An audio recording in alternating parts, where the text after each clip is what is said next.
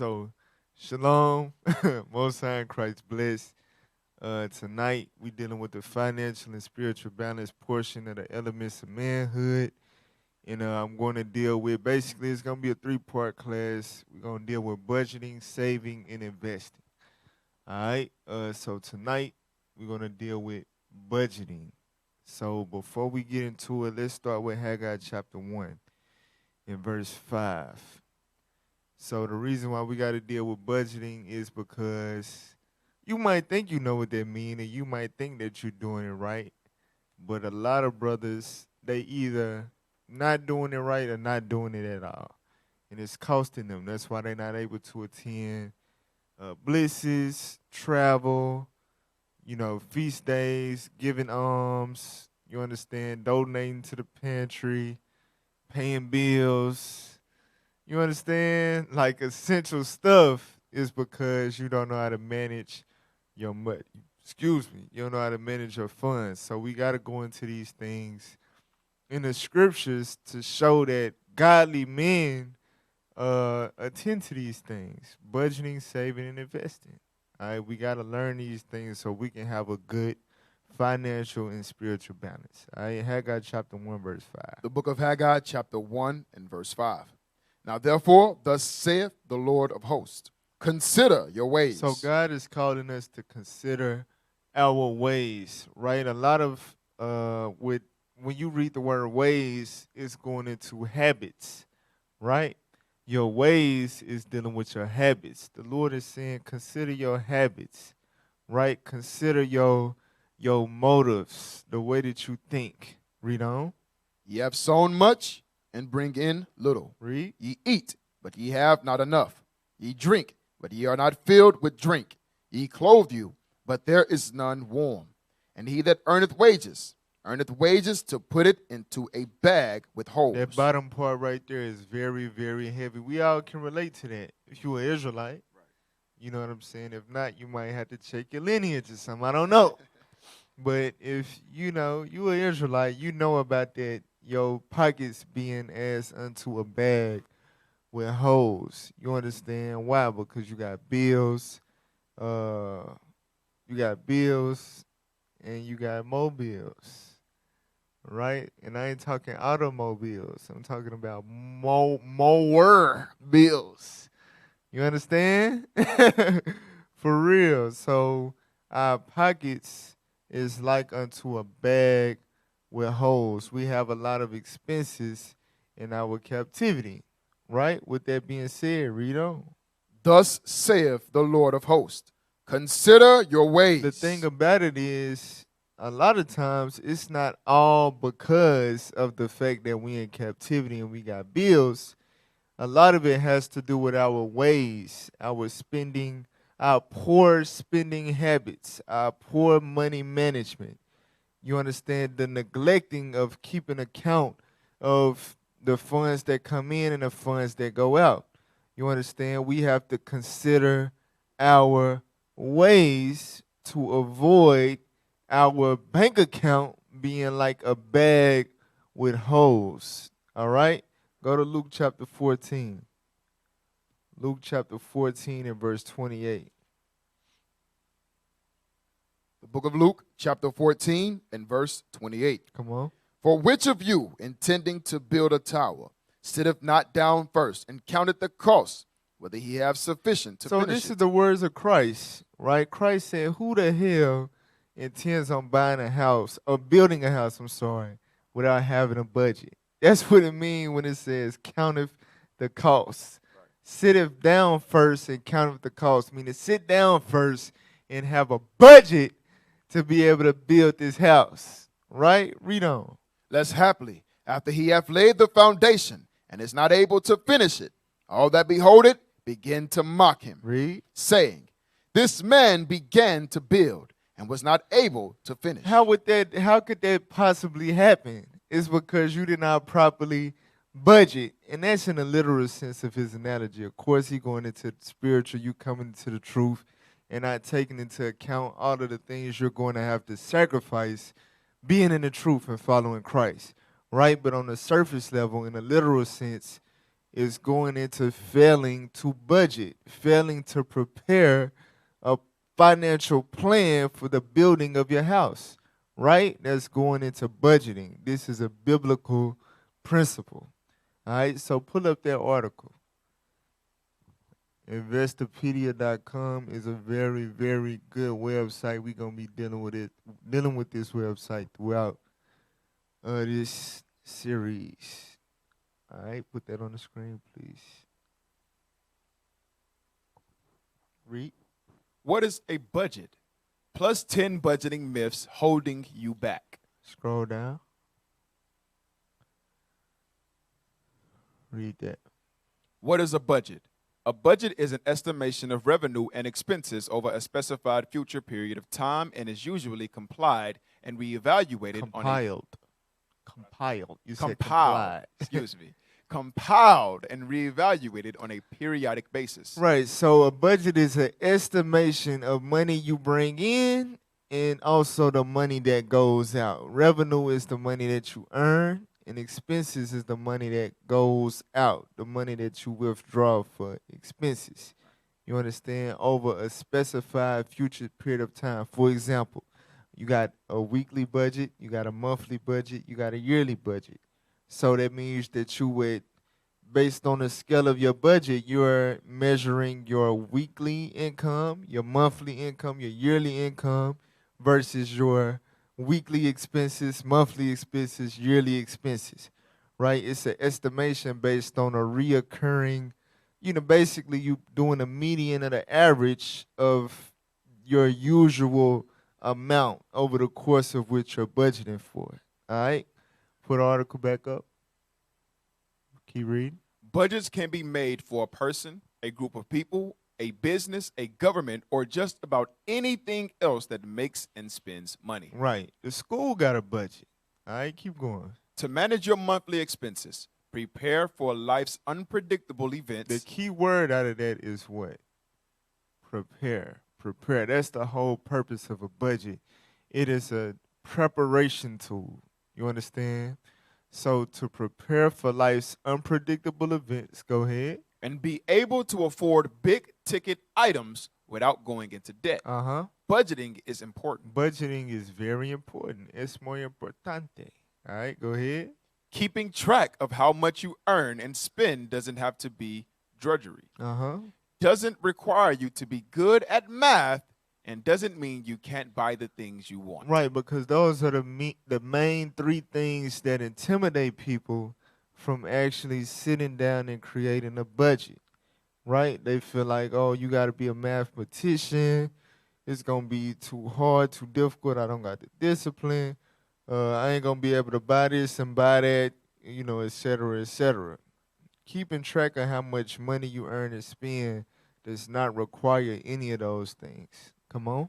It just means that you will know where your money goes. You will have greater control over your finances. You will have greater control over your finances. Because a lot of brothers' finances is out of control. All right? Scroll down. Scroll down. All right, read that second bullet real quick. Key takeaways. A budget is basically a financial plan for a defined period, normally a year, that is known to greatly enhance the success of any financial undertaking. It says it is known to greatly enhance the success of any financial undertaking. Meaning what? You could be earning a good amount of money. You know you finna run the bag up, right? But if you budget, you understand why you earning a good, it's going to enhance your financial success. You understand? It is a key component in the enhancement of financial success. Read the last bullet. Personal budgets are extremely useful in managing an individual's or family's finances over both the short and long-term horizon. Right. Personal budgets are extremely useful, brothers. Extremely useful. If you're not using it, you're missing out. All right? Play that video real quick. Right there. How to build a budget.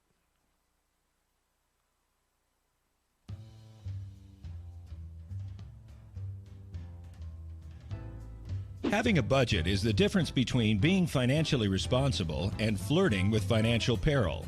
Deborah has made the wise decision to create a budget to organize her finances and prepare for any financial emergencies. Do what? Her first step is to determine her net income.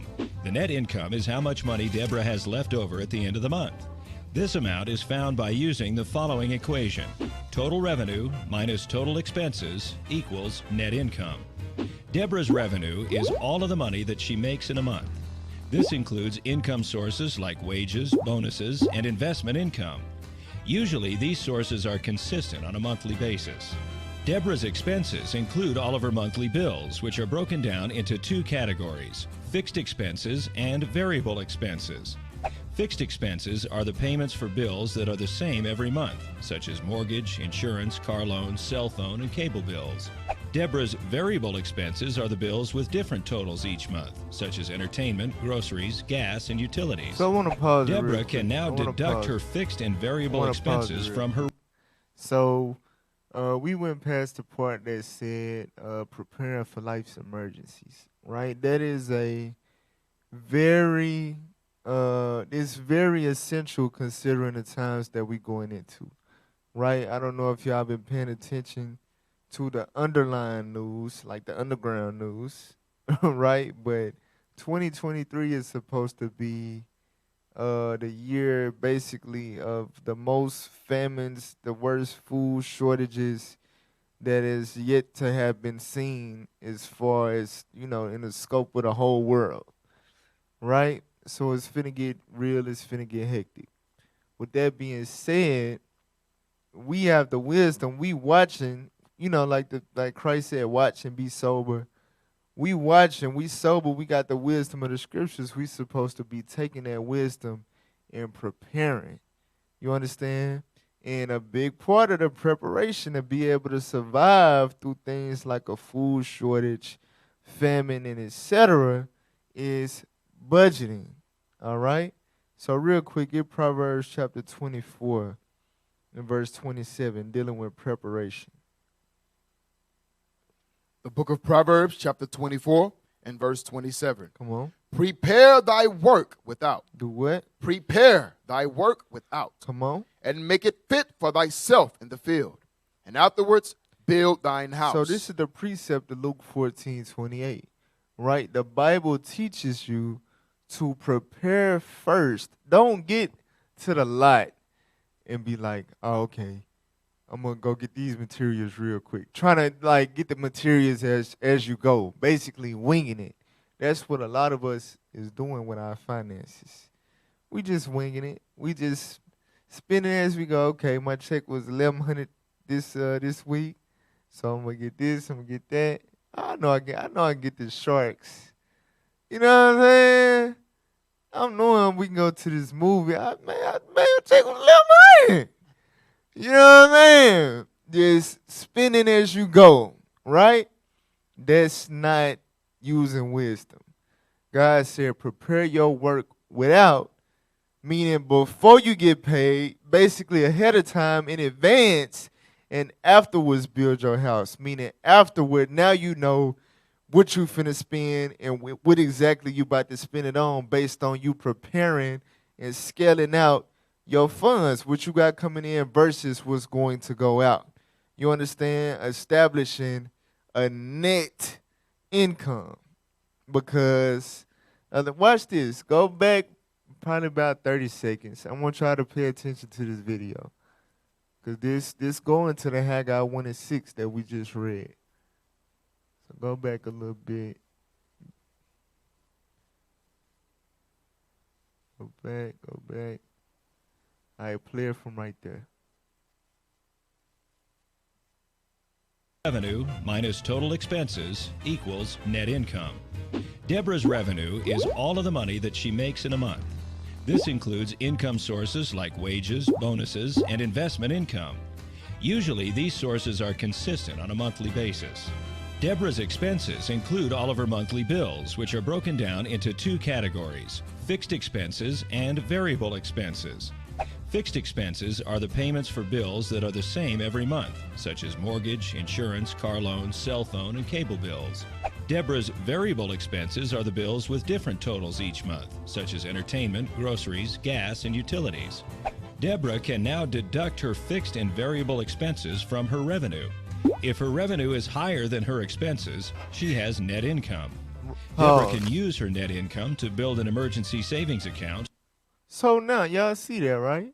So when you sit down and you do the math, you do the calculations, your fixed expenses, like your car note, your mortgage, phone bill, stuff that don't change, and then you average out, you know, what your light bill usually is, your water bill usually is, how much you usually spend on gas.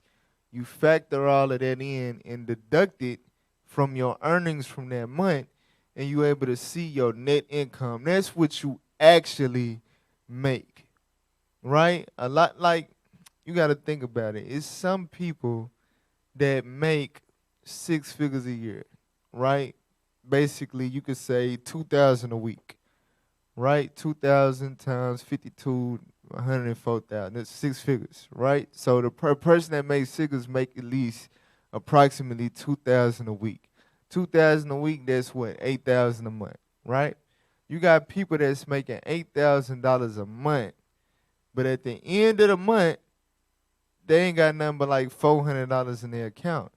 You got people that's making less than half of that, 3,000 a month, which is 36,000 a year. That's the average black man's income in America, right? So you got brothers making 3,000 a month. They got the wisdom, know how to budget. At the end of the month, they got $800 left over.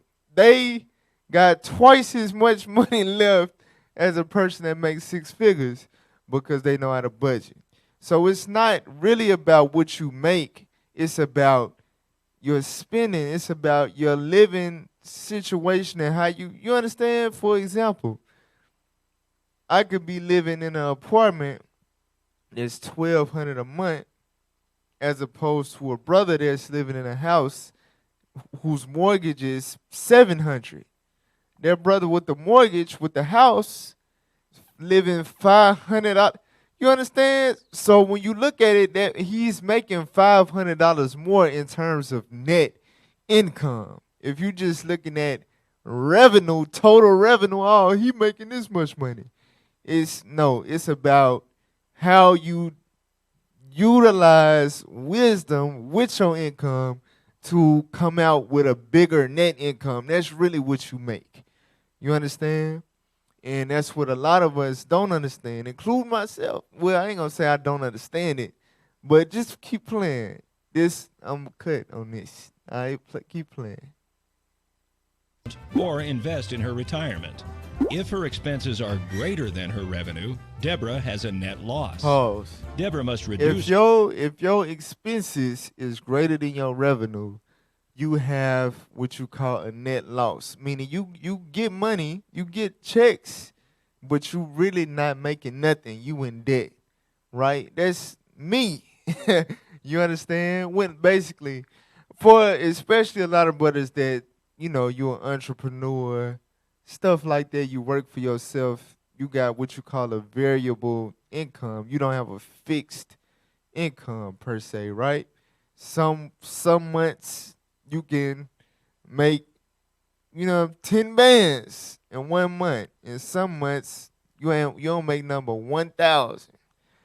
You understand? When your income fluctuate like that, you gotta be a budgeting genius. You gotta be on point, because if not, you're going to have a lot of months where you come out with a net loss. Because guess what? While your income varies and fluctuates, them bills be the same.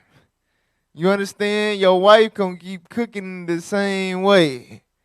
You know what I'm saying? Buying the same amount of groceries, spending the same amount of gas, using the same amount of electricity. That car note going to stay the same. That mortgage or rent gonna stay the same. You see what I'm saying? While your income going up and down. A lot of months you actually gonna be taking a loss. You're gonna see your account deplete quickly. You know, you're like, damn, we just had $6,000. Why is the balance saying $654.86? What the hell going on? We just had 6 bands in here. Well, life insurance got took out. The car note got took out. You see what I'm saying? The mortgage got took out, right? This loan, this credit card, you had to get paid off. All that. Damn, it really do add up. What? You know, that's what happened when you not properly keeping track, when you not on your own point with your budgeting. You're going to have months where you taking a loss. I'm man enough to admit it. You understand? I've been taking L's this year. For real. But a lot of brothers, I know I'm not alone because you see it reflect in brothers' ability to pay arms and travel and different things of that nature. A lot of brothers is out here taking L's because in their mind, I make this much money a month. I know I got enough money to do this. I know I can buy this meal. You understand? I know I can call in today. You know what I'm saying? And by the end of the month, brothers be assed out. For real. For real. You got to take this stuff into account. Don't let your income, your revenue get to your head. Focused on your net income. If you don't have a net income, you don't have a damn thing. You understand? In order to have a net income, 9 times out of 10, you must budget. You must budget. All right? Keep playing. Her variable expenses to balance her budget, or she will need to find a way to reduce her fixed costs, such as downsizing her home. By tracking your total revenue and expenses, you can build a budget that quickly determines if you have money to invest or save, or if you're living beyond your means. Pause. And that's why we had to deal with budgeting first before the saving and investing, right? Because this is building blocks. You have to budget first in order to be able to save, and you have to have money saved before you're able to invest. You understand? So we're doing a class in building blocks, right? So you build a budget that determines how much you can save or invest. A lot of brothers want to jump into the Bitcoin. Oh, I'm trying to but you don't even, you know what I mean? You don't even know if you in that bracket yet to be able to do that. So step one, block A is building a budget. And you can quickly determine your net income, all right? Because that's what matters. That's the number that matters the most. That's the number that's going to determine what you can do and what you can't do, all right? Play the rest of it. Okay, let's see. All right, so go to Sirach chapter 42 and verse 7. In order to keep track of your expenses and calculate your different, your fixed expenses, your variable expenses, things of that nature, you must apply this scripture right here. Read that. The book of Sirach, chapter 42 and verse 7. Come on. Deliver all things in number and weight, and put all in writing, that you givest out or receivest in. Y'all see that? Put all in writing that thou givest out or receivest in. That's taking account of the funds that's leaving your account and what's coming in. Your revenue and your expenses. The Bible said put it in writing. You understand? Now, some of us got apps and different things like that we use, and that's fine if you got the discipline to check it and update it and all of that. But if you old school, old fashioned, write it down. You get your bills in the mail, log them. You understand? Log them for a few months so you can add them up and divide it out to see your median amount. So you can give a proper estimate for the variable expenses, right? And then you got your fixed expenses, write them out, write them down. Don't be trying to do the math in your head. Yeah, my mortgage $800, my car note $450 to $1250. Write it down. Put it in writing. All right, and also your money, the money that you make after taxes. You understand? Your after tax check amount. Write it down and do the math on a worksheet. Put it in writing. Take account so you can properly build a budget. That's the first. I'm trying to do it in your head and freestyling it. It's gonna fail you. Apply the scripture. Write it down. All right, you, Officer Immanuel, I'm pointing at myself. Write it down. Interesting, y'all. All right. So go to Psalms chapter 112 and verse 5. Psalms chapter 112 and verse 5. The book of Psalms, chapter 112, verse 5. Right, because it said a budget helps you determine how much net income you got to be able to save or invest, or lets you know if you living beyond your means, right? So this is what a godly man gonna do in that aspect. Come on. A good man showeth favor and lendeth. Read. He will guide his affairs with discretion. With what? With discretion. So give me that definition of discretion. I want number 3. Read that. Discretion. Ability to make responsible decisions. Right. So a godly man, that's what he gonna do dealing with his funds, right? He has the ability to make responsible decisions. He's able to analyze, okay, I can't spend this much money on this because I won't have a net income. You understand? That will put my revenue below my expenses. You understand? So when you doing your math, when you weighing the balance out like that, you're able to make more responsible decisions. If you freestyling, you're not writing it down, you're not keeping track, you're not going to be able to make responsible decisions. You're going to be convincing yourself, no, I'm straight. I check with this much. You understand? When that's irresponsible. You got to think. You got people, this is an actual profession that pays well, accountants. You understand? You got banks, you got CPAs, you got different people that have the profession of doing this because it's important. Businesses and all, they can't run or operate without these things being in place, without it being accounts, without expenses being logged. You understand? Because at the end of the day, at the end of the year, the white man go, hey, I need to see what all been coming in and what been going out. If you ain't got it in writing, you're going to get in trouble with that white man. You understand? As far as in a business, even personal, you know, depending on what you doing. Like, if you're an entrepreneur, you know what I'm saying? All of that. So you got to be mindful. In order to make responsible decisions, in order to guide your affairs with discretion, you have to apply the Sirach 42:7. You got to have a budget in writing. All right? So from there, let's go back to the article and scroll down to where it say how to budget in 7 steps. All right? Read that for me. How to budget in 7 steps. The specifics of your budget will depend on your personal financial situation and goals.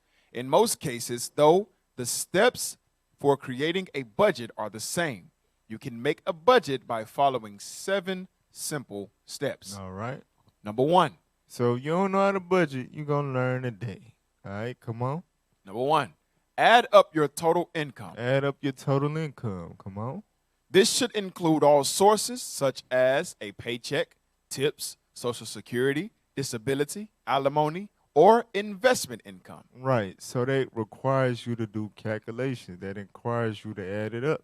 Right. You understand? That requires you to put it in writing. Keep track. You have to add up your total income, your revenue. All right. Read number 2. Number 2, track your spending. Do what? Track your spending. That's what a lot of us fail to do, including myself. Keep track of what's going out. What goest out.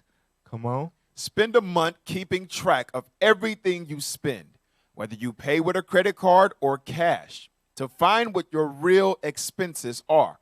Be sure to include automatic payments, Sheesh. subscriptions, Sheesh. and utilities. See them automatic payments and them subscriptions.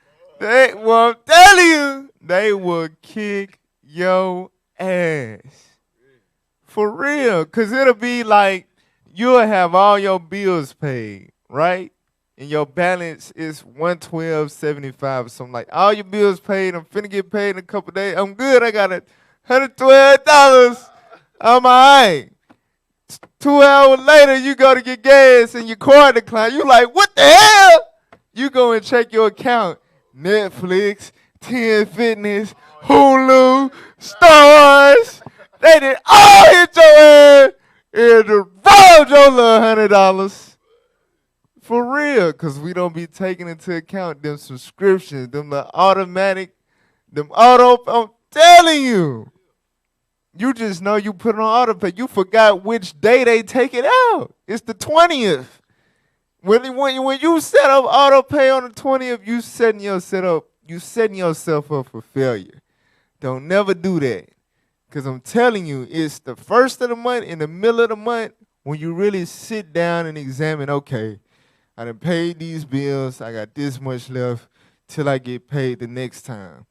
When them auto pay deductions sneak in on the 20th and it catch you off guard every damn time. So if you're going to do that, make sure you keeping track.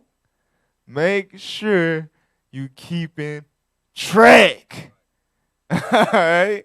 Real quick, get Luke chapter 15 and verse 12. A lot of us, I'm telling you, that's our biggest problem, not keeping track of our spending. The Bible talks about that. All right, read what you got. The book of Luke, chapter 15 and verse 12. Come on. And the younger of them said to his father, Father, give me the portion of goods that falleth to me. Read. And he divided unto them his living. Read. And not many days after, the younger son gathered all together and took his journey into a far country, and there wasted his substance. What'd he do? Wasted his substance with riotous living. So he took his inheritance and blew it. You understand what riotous living? What is riotous living? You just spending, not keeping track. You know what I'm saying? No discipline, no taking account of what's going out. And when you do that, you will blow your substance every time. You will blow your earnings every time. You cannot live riotously. That's young nigga stuff. That's why it's the younger brother, the younger man. You understand? That's what young people do. For real. BMF, blowing money fast. Because you're not keeping track of your expenses. Go back to the article. Read number 3.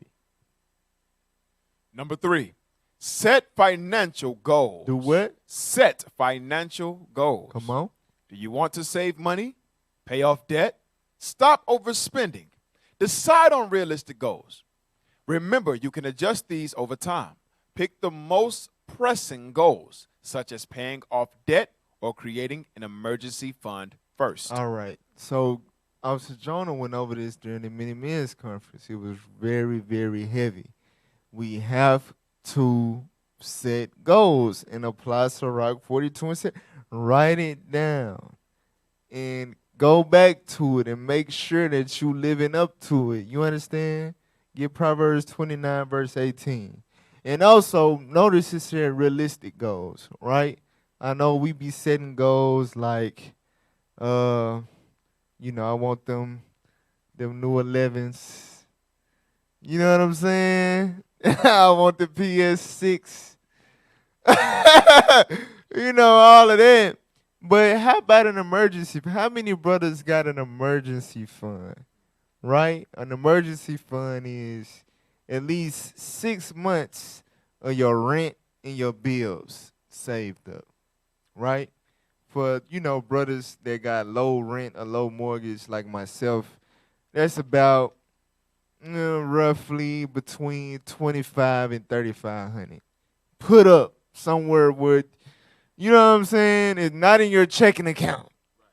You understand? An emergency fund. How many brothers have that? Right?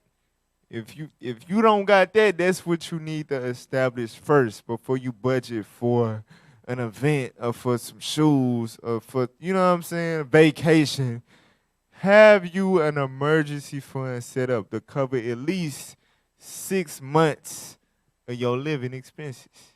All right?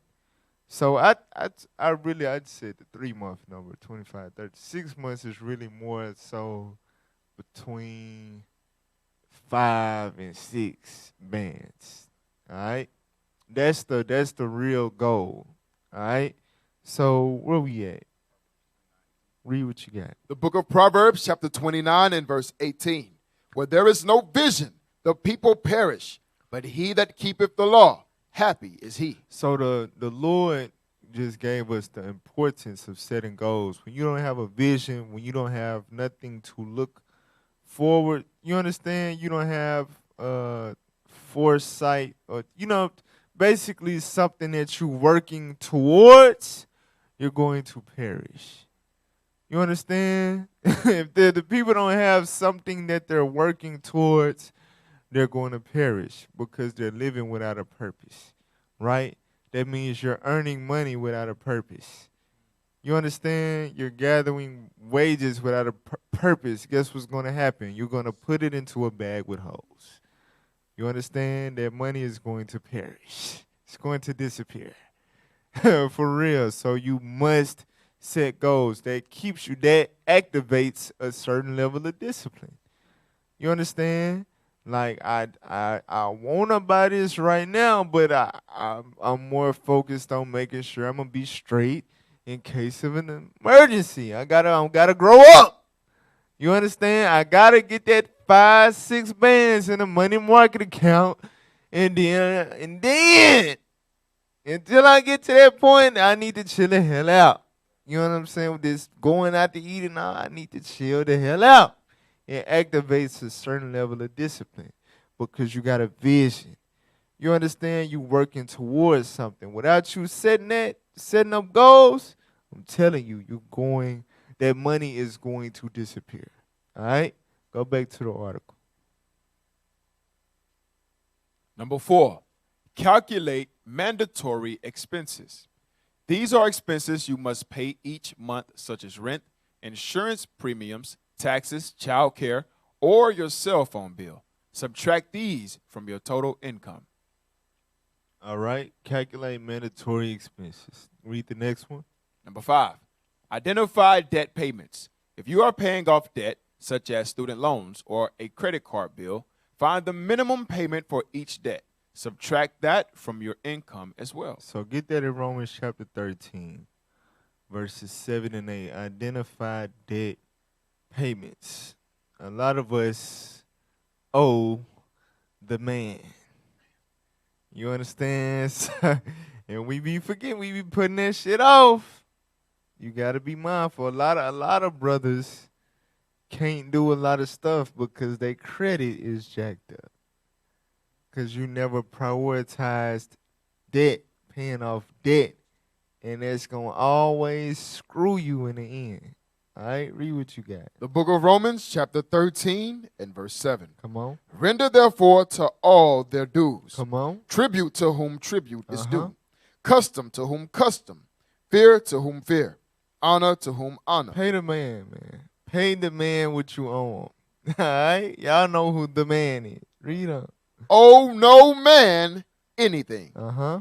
but to love one another, for he that loveth another hath fulfilled the law. So always stay your best to stay out of debt. Don't let yourself just sink in debt. All right? Identify your debt or whatever and set up payments. You know what I'm saying? Especially if you trying to save money or whatever, try to find a minimum payment, right? But now if you got a surplus of money, pay that shit off. Stop bull. You know what I'm saying? Why would you let your credit card balance be $2,000 when you got $6,000 sitting in your checking account? Pay your damn balance down. You understand? So you can raise your credit score and be able to have that credit card to fall back on in case of emergency. Do not keep your credit card balance high. It's going to hurt you in the long run. really in the short run. You understand? For real. So go back to the article. All right. Read where we at? Number 4 or number 5? Number 6. All right, come on. Number 6, make a spending plan. Do what? Make a spending plan. Uh-oh. Come on. The amount of income you have left is what you can spend on discretionary. I can't say that word. Discretionary expenses. These can include your goals such as debt, payment, or savings. It should also include things like groceries, entertainment, gas, or surprise expenses. Give every dollar a job based on your goals and what you discovered when you tracked your spending. Right. For us brothers in the truth, especially in this congregation, your spending plan need to be based on your priorities, your necessities. All right? Let's get that in Acts chapter 20 and verse 34. Acts chapter 20 and verse 34. The book of Acts, chapter 20 and verse 34. Come on. Yea, ye yourselves know that these hands have ministered unto my necessities, and to them that were with me. So Paul, he get every dollar that he earned had a job, right, to cover his necessities, his shelter, his food, etc. He did a lot of traveling, right? So he made sure he wasn't saying my hands was laboring, just to be. No, they had to cover his necessities. That's what he was laboring for. His income was intentional. His spending was intentional. You understand? Let's deal with the necessities. Sirach 29, 21. Sirach 29, verse 21. The book of Sirach, chapter 29 and verse 21. Come on. The chief thing for life is water and bread and clothing and an house to cover shame. All right. Go to Sirach 39, 26. So it says bread, water, clothing, and a house. All right. Read that. The book of Sirach, chapter 39 and verse 26. Come on. The principal things for the whole use of man's life are water, fire, iron, and salt, flour of wheat, honey, milk, and the blood of the grape, and oil, and clothing. In other words, groceries and utilities is added to the cheap things in life. So bread, water, clothing, right? The basic necessities and utilities and groceries. That's what you need. You need to make a spending plan based on those things. Mainly, if you got a family, it's mainly groceries. That's what be killing me. We don't plan that out. It's, babe, I'm hungry, I got a taste for this. You know what I'm saying? She do sporadic, or sometimes she go 3 times in 1 week, sometimes she go 1 time in 1 week. You know what I'm saying? Until we can't afford to go at all during the whole week. Like, no. Make a spending plan for your groceries. You understand? For real. We got to start doing that, or it's going to hurt us. All right? So make a spending plan for prioritize your necessities first. Once you show a pattern of after you have spent what you spent on your necessities and you still have a net income after that, then you can start making spending plans for other things outside of your necessities. All right, so go back to the article and read number 7. Number 7, adjust each month. Each month, look at your spending and goals. Reevaluate and adjust where you assign your discretionary spending. A flexible budget will help you avoid overspending. Right. So that's another thing too. That budgeting is not a one-time thing. You sit down, you do the numbers, and you just go based off that one-time calculation, because things change. Right? My electricity bill in August was about $60. September and October, what month we in right now? okay, let me back. In July, it was about 60. In August and September, I got hit $200. You see what I'm saying? So if I was just sticking to a budget based on the 60, I would have been gypped out of $280. You see what I'm saying? So you have to keep track on the month. You got to sit down. You got to readjust. Because them variable expenses, they be fluctuating. Especially if your income fluctuate too, you got to constantly readjust. Go back to the drawing board every month. Don't just assume based off you doing it one time. That could have been a month where gas was $2. You can't stick to a budget that you created when gas was $2. You know what I'm saying? When gas go up to $4. You understand? And you gotta commute to work every day, to the school 2-3 times a week. That's gonna jack your budget up. You know what I'm saying? Cause you literally spending double, triple on gas without even realizing it. You gotta constantly go back, readjust. You understand? Month to month, reevaluate.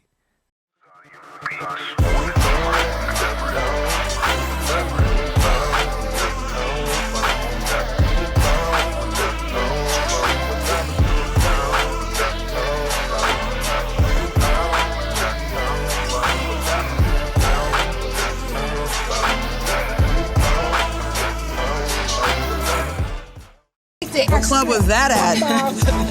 That was admit that a lot of people don't even realize they.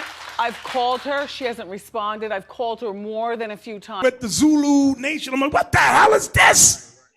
I know nobody know what I'm talking about. You'll leave me on the island by myself. I don't know what the hell Bishop's talking about. That's what y'all do.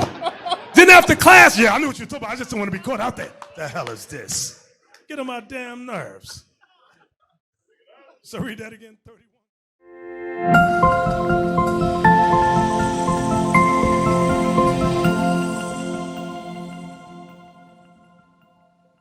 All right, this stuff take discipline now. Take discipline. Jump down to where it say 7 budgeting myths. These are the things that we say in our mind that keep us from doing a budget. All right? Yep, that's it. Scroll up. Hold on.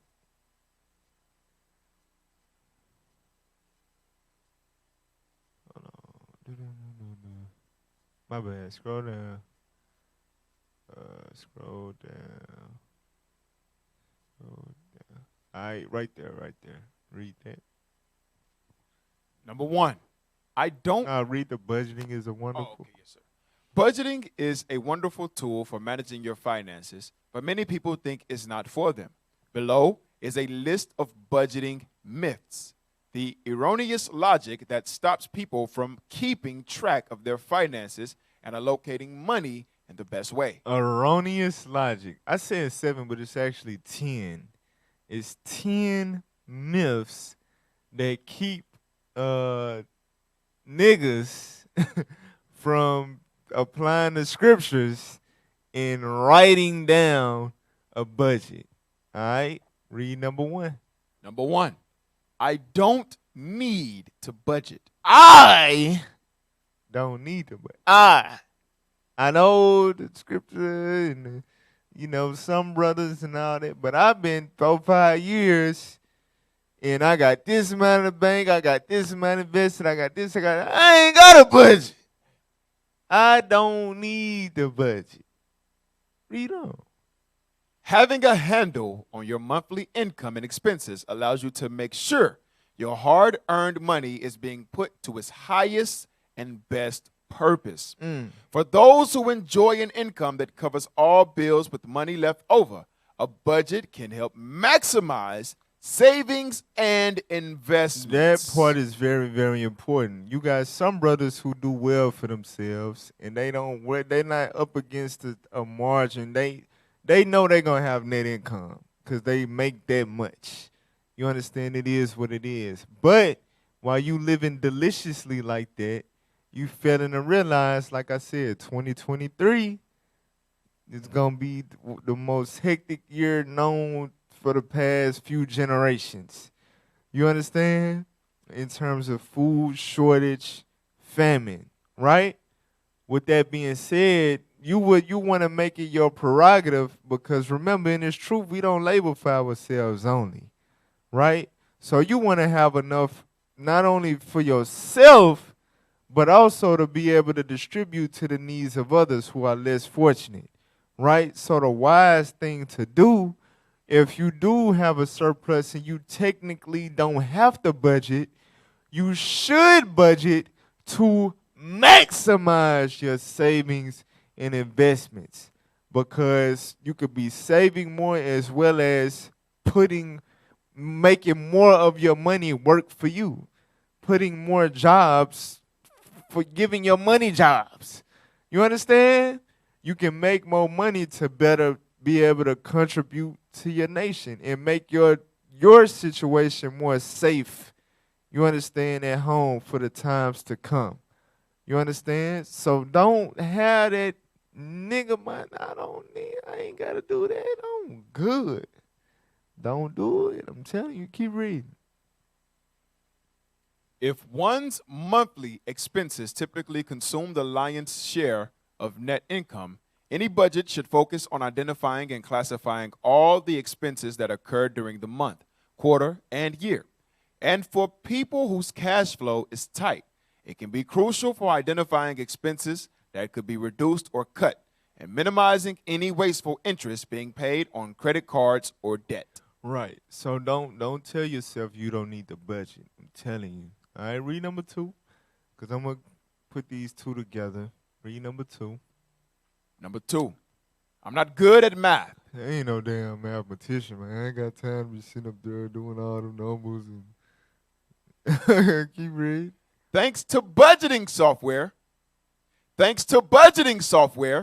you don't have to be good at math.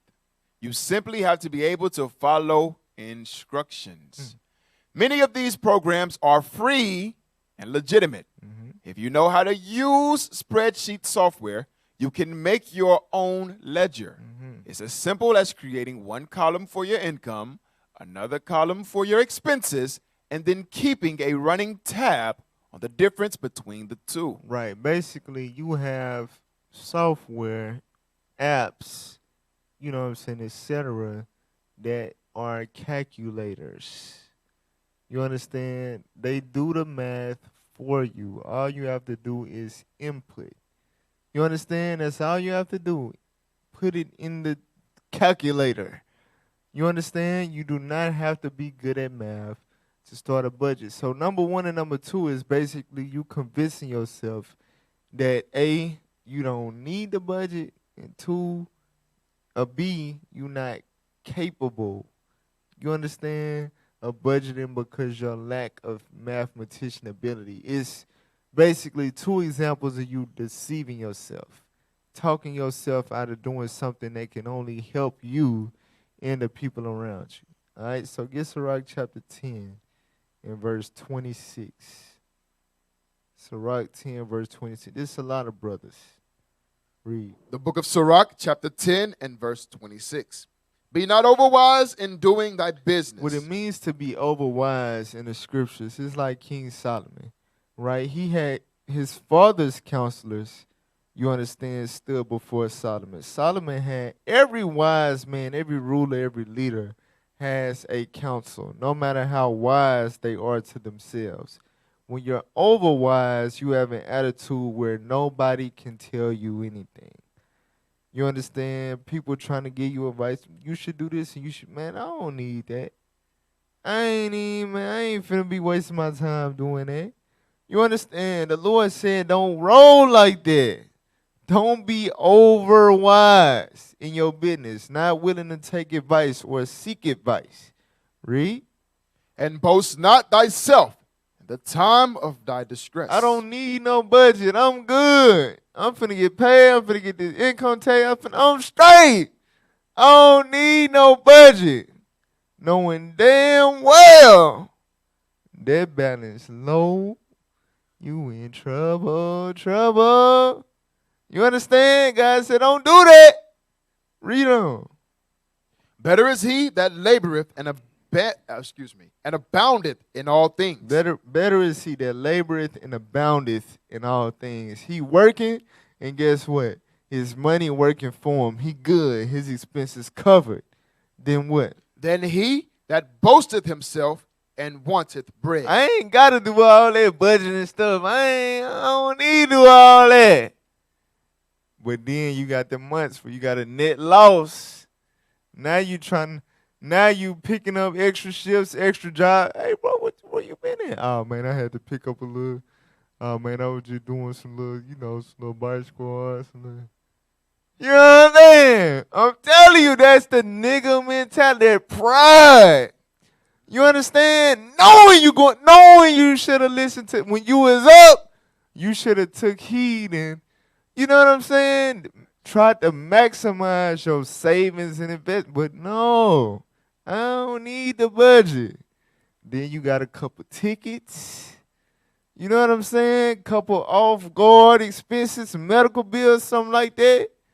Then it got ugly. Then it got ugly. And you was prideful. Don't do that, brothers. Don't trick yourself. Don't deceive yourself. All right? So go back to the article. Read number 3. Number 3, my job is secure. That's listen, so nobody in this truth be thinking like that.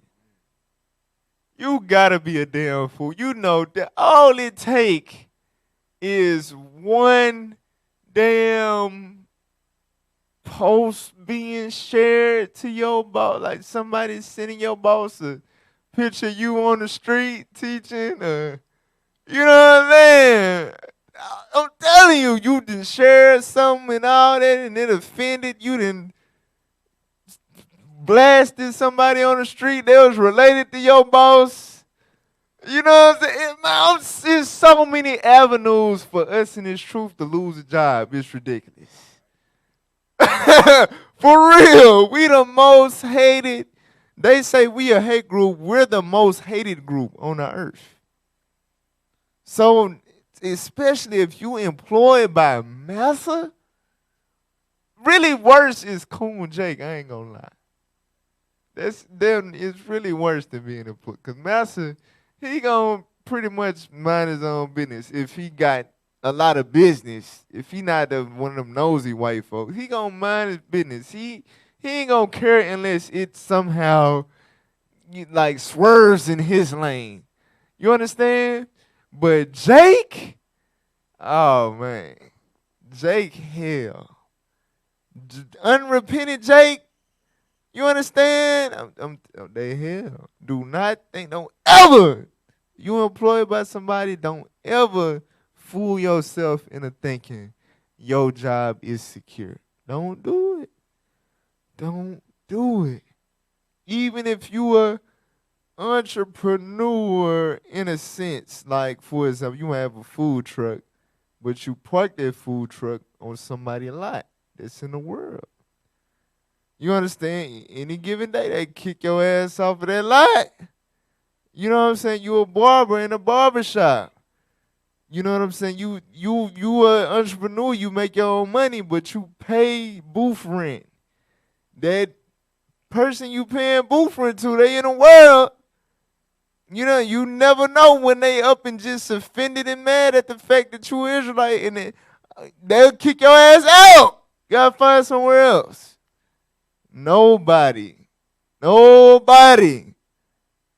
unless you got your own, your 100% own stuff. And even then, you got that fluctuating income. It's the amount that you make is never secure if you 100% own your business. You see what I'm saying? So you should never feel like this. But some of us fall into this. Read that. No one's job is truly safe. Nobody's job is truly safe, especially not ours.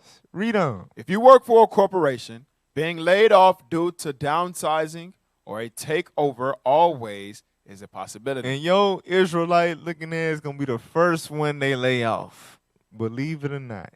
Come on. If you work for a small company, it could die with its owner, be bought out, or just fold. Read. You should always be prepared for a job loss by having at least 3 months worth of living expenses in the bank. That's an emergency fund. Brothers, if you don't got that,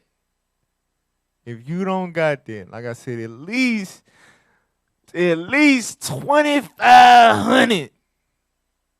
I'm telling you, that need to be your first priority. That need to be your main goal. Cancel the PS6, the Xbox 1040. You understand? Cancel the new 13s coming out. Stop. Don't worry about that right now. You understand? Focus on having 3 months of your expenses in the bank, because you never know when you'll lose your damn job. You brothers lose their job every day, B. For real. I get phone calls every other week. Yeah, officer, they done let me go. It's either that or I hear through the grapevine. It's often. Brothers lose jobs often. For real. I'm telling you, man, you'll be thinking a brother still works somewhere. He come to the school in a different uniform. You like, damn, bro, when you start working there? Oh, you ain't know they fired me like 4 months ago. Brothers always losing their job. So it would behoove us to have that 3 months, because you never know. You never know. Your job is never secure. Finish that out. It's easier to accumulate this financial cushion if you know the amount you're bringing in and spending each month, which can be monitored with a budget. All right, go to 1 Timothy 6 and verse 17. Once again, just knowing the possibility of you losing your fixed income, or what seems to be a fixed income, that should activate a certain level of discipline. All right, read what you got. The book of 1 Timothy, chapter 6 and verse 17. And every spiritual man should understand this regardless. Come on. Charge them that are rich in this world, Uh-huh. that they be not high-minded, Come on. nor trust in uncertain riches. Nor do what? Trust in uncertain riches. So I know it's saying rich man and riches and all of that, but this applies to each and every last one of us. Your wages, period, your income, period, is all uncertain. The white man just told you no one's job is truly safe. You understand? For real. Ain't nobody safe out here. So be very mindful. Every dollar that we make out here is uncertain. For real. You could lose, you could wake up, you could go from making $38 an hour to zero in a span of 24 hours. For real. It can happen. So be mindful. All right? You can drop that. Let's go back to the article. Let's read number 4.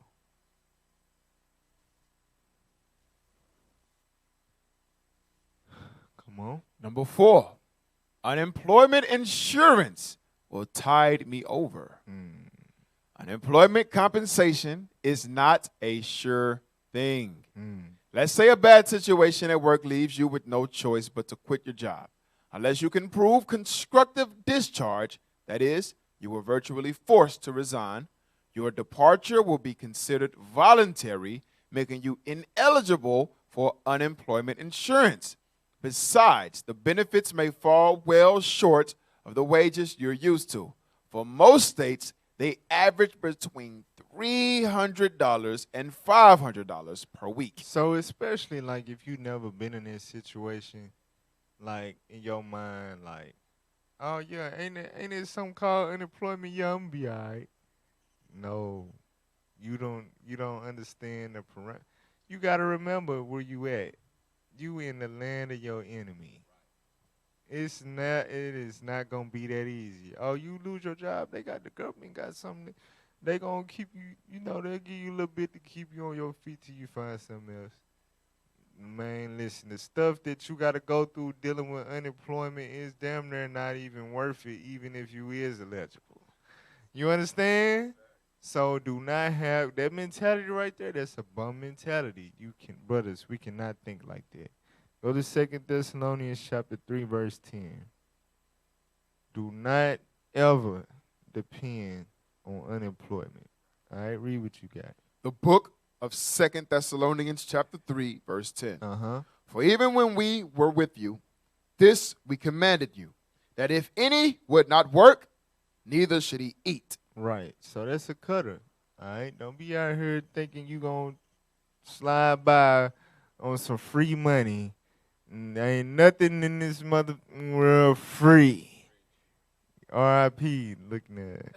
All right. So anyway, go back to the article. Let's read number 5. Number 5, I don't want to deprive myself. I don't what?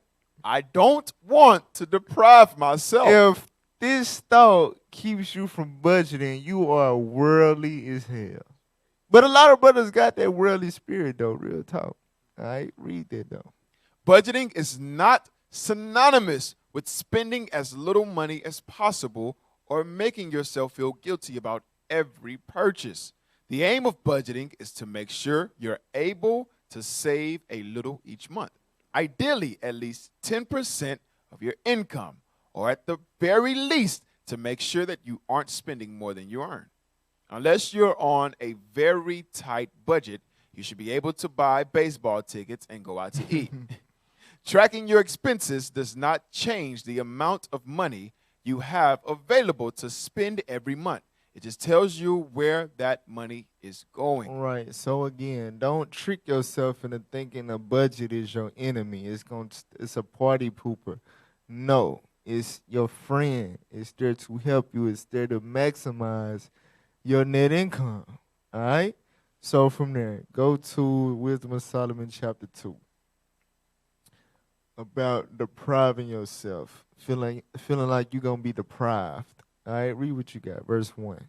The book of Wisdom of Solomon, chapter 2, verse 1. Come on. For the ungodly said, reasoning with themselves, but not aright. So the ungodly said this thing, reasoning with themselves, meaning this would made sense to them. But it didn't line up with the Bible. But it made sense to them because they was ungodly. Read on. Our life is short and tedious. Uh-huh.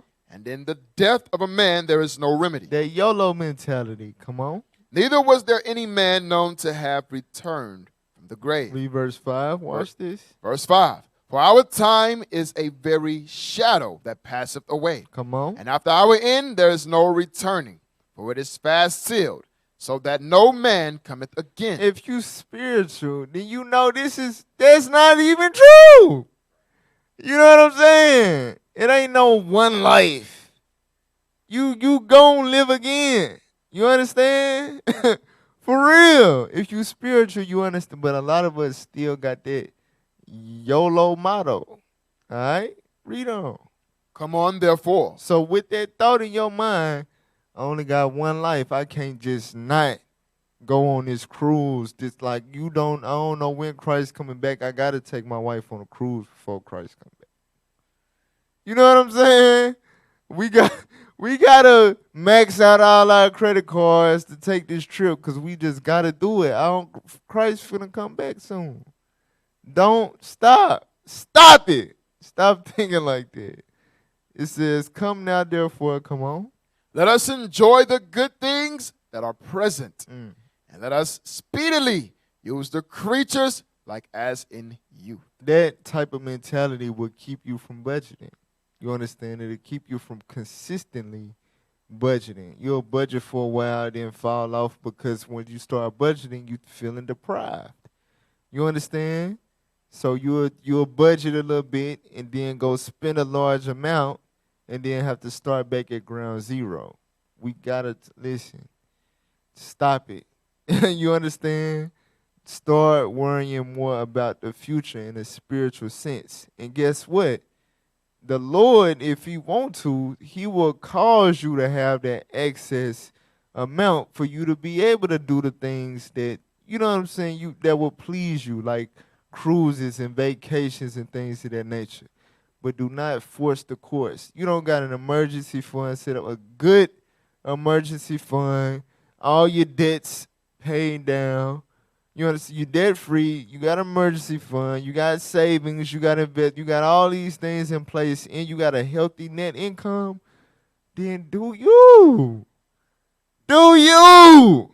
But until you got all your ducks in a row, stop thinking that you just gotta live it up.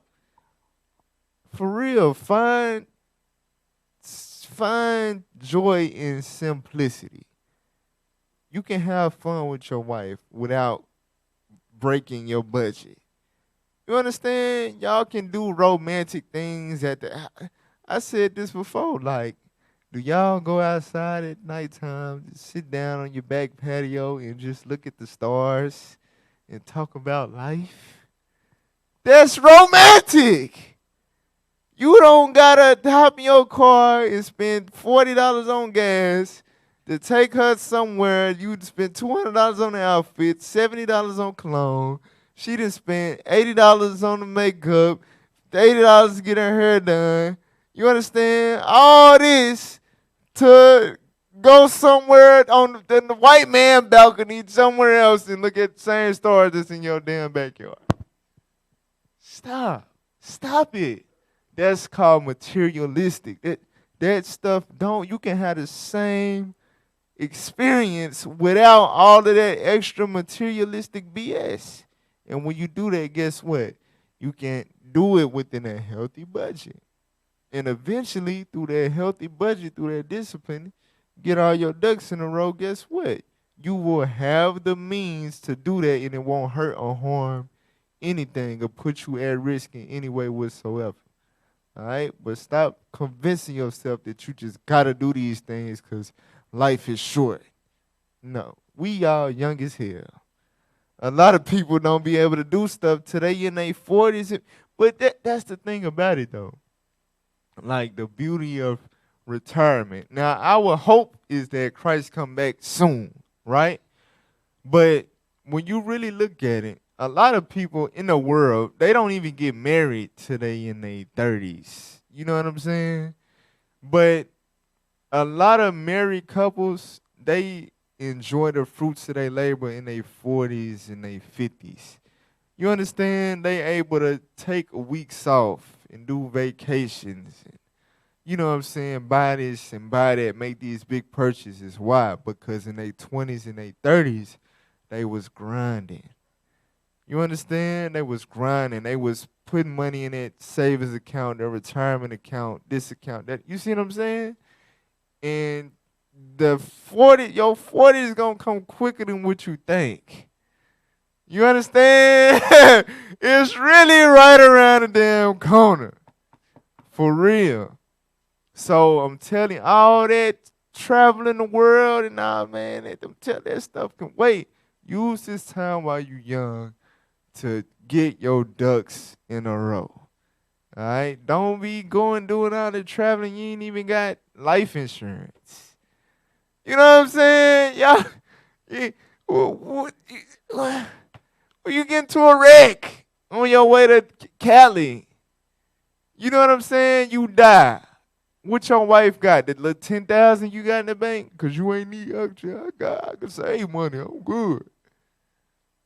Come on, but you weren't able to set up your budget to spend $200-300 a month to have a $500,000 policy on your life to set you and your kids up for life if you was to pass in your young age.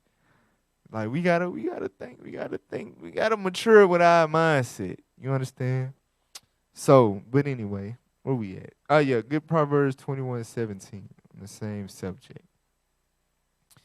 Feeling like you depriving yourself. Proverbs 21:17. The book of Proverbs, chapter 21, verse 17. Come on. He that loveth pleasure shall be a poor man. He that loveth pleasure shall be a poor man. That's pretty plain. You understand? It's another scripture in Sirach 18 that say, take not much pleasure in good cheer, neither be tied to the expense thereof. Right? When you love pleasure, when you overly indulge in things that please you and make you happy, joy, joy, joy, it usually involves an expensive tab. You understand? The things that we like to do that make us happy and fun and is good for Instagram posts, it all costs money. God said, I'm telling you, bag with hoes. I got 4 bands in the account. We can go to Branson. You come back. You understand? Then 2 weeks later, you in the hole. For real. I'm telling you, that stuff can happen. Not saying that nobody should be going anywhere. Don't get me wrong. Just don't do that. All right? Somebody just want me to just stare at my wife in the house all day, every day, because I'm in my 20s. That ain't what I'm saying. I'm saying prioritize. Get your ducks in a row. Get your stuff together. When you got a healthy net income with a good size emergency fund, preferably to cover 6 months of expenses, and your debts is paid off, you understand, except for some large like student loan or a mortgage, right? But your credit card, all that stuff is down or paid off. When you got your ducks in a row and you got a healthy net income every month, do your thing. Enjoy life. Enjoy the fruits of your labor. But if you know damn well you don't got 6 months of expenses in the bank, you know damn well, you got 2-3 credit cards to the max. You understand? Your credit score 585. Sit your ass down. Sit down. I got 3 letters. DYI. Is that what it is? Yeah, DIY. 3 letters. DIY. Look it up. Have your wife look it up. Stop feeling like you got to go here and do this. DIY. All right? I'm telling you, it's a lifesaver. All right. So from there, let's see. Go back to the article. We're at number 6 now. Number 6, I don't want anything big. I'm not planning to buy something big, and I ain't looking for no house right now. I ain't. You know what I'm saying? Keep reading. If you don't have any major savings goals, buying a house, starting your own business, it's hard to drum up the motivation to stash away extra cash each month. However, your situation and your attitudes likely will change over time. Perhaps you don't want to save up for a house because you live in New York City and expect that renting will be the most affordable option for the rest of your life. But in 5 years, you might be sick of the Big Apple and decide to move to rural Vermont. Suddenly, buying a home becomes more affordable, and you might wish you had 5 years' worth of savings in the bank for a down payment. Hey, that's free game right there. It's heavy. It's heavy. Your perspective right now will be different 5 years from now. I guarantee it. All right. So just get your mind right. Don't be tricking yourself out of budgeting. I'm telling you. All right. Number 7, we can skip that one about financial aid. We can skip that one. I don't think no brothers thinking like that. Oh, I ain't gonna qualify for financial aid if I got a budget. That's some dumb shit. All right, read number 8. Number 8, I'm debt free. Good for you. Good for you. Yeah, I know that Bishop Jeff, when he like, good for you. But just because you debt free don't mean you got a budget. Don't mean you do not have to budget. Right. All right, put that back on the screen. Read that. Good for you. But being debt free without any savings won't pay your bills in an emergency. Come on. A zero balance can quickly become a negative balance if you don't have a safety net. Duh. But Jake just, boy. Go to Sirach 11 and 24. Sirach 11 and verse 24. The book of All Sirach, my stuff paid off. I'm good. I'm straight. I ain't got. All right. Read what you got. Sirach chapter 11 and verse 24. Come on. Again, say not, I have enough, Mm. and possess many things. Right. All my stuff paid off. I'm good. Come on. And what evil can come to me hereafter? Right. What's going to happen if I don't budget? I don't got no debt. I'm straight. God said, don't think like that. You idiot. All it takes is one disaster.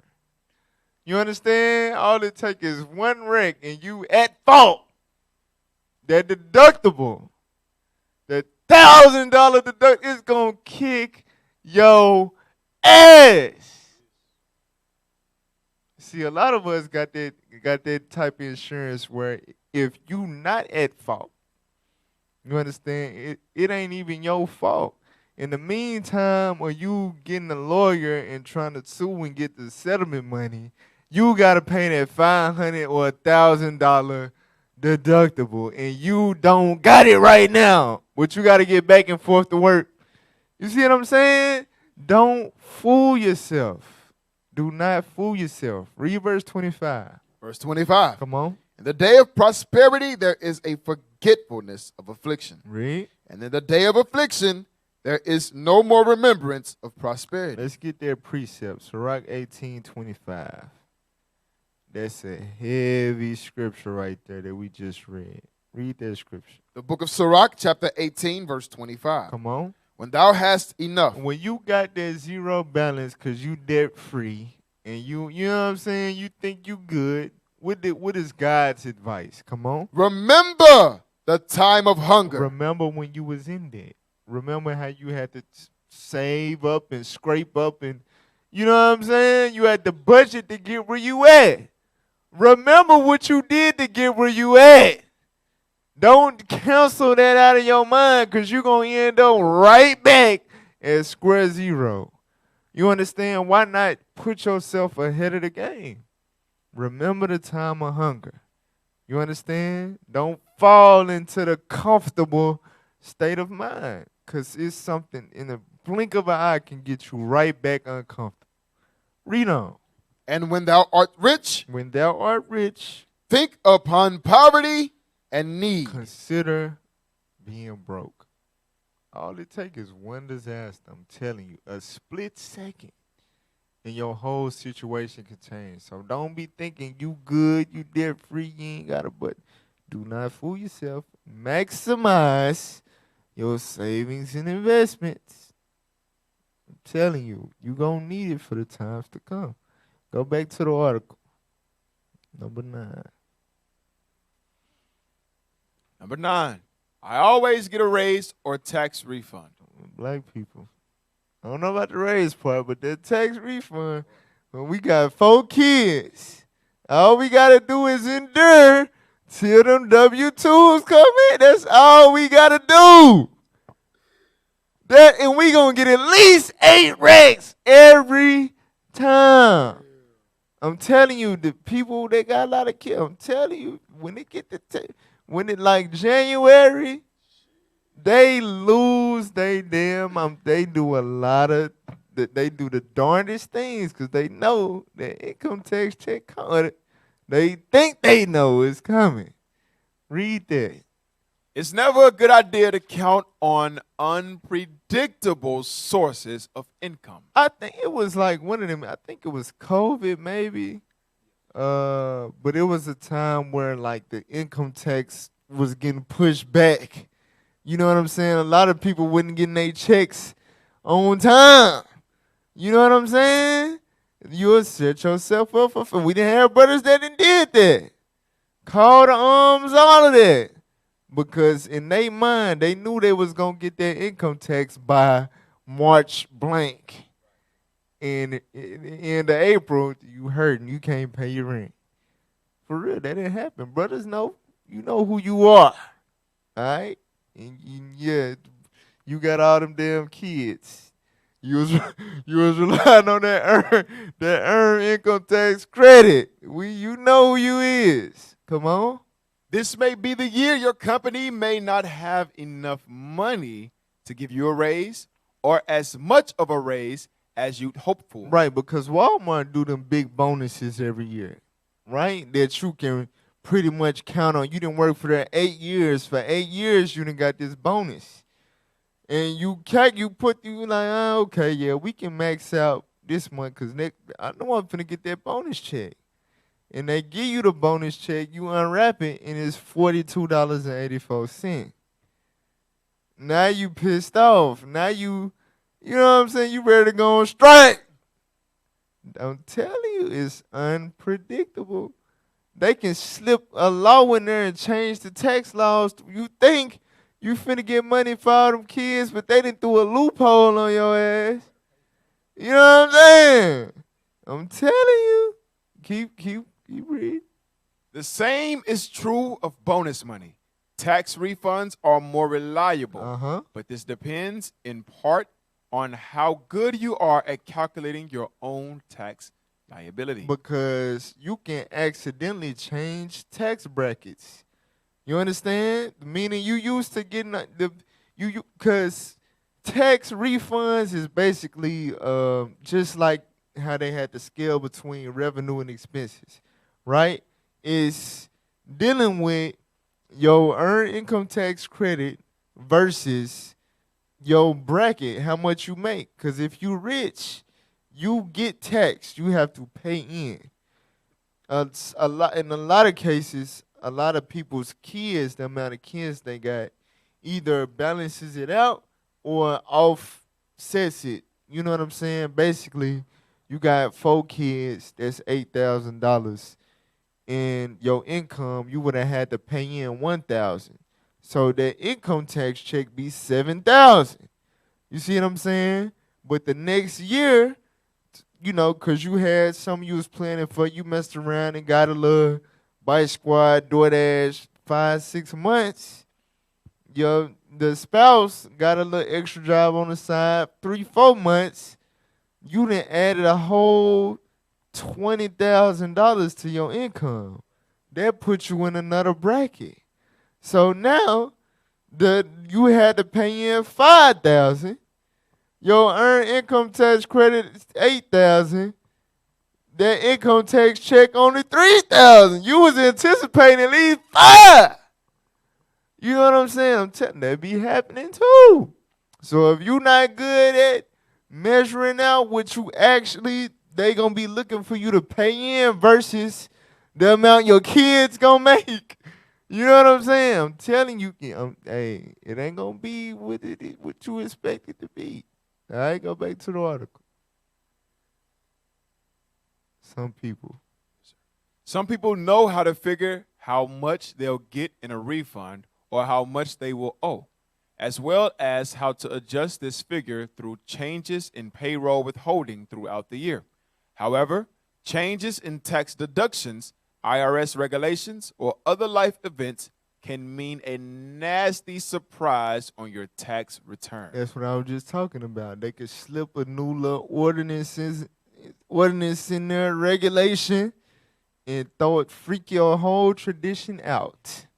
For real. A nasty surprise. You be pissed. All right? So get Ecclesiastes 7:7. This is a real black people problem, especially dealing with the tax refund. Because we've been living our whole life being under the tax bracket. Like, we ain't paying in. We live check to check. So we just know we always winning when it comes to income tax time.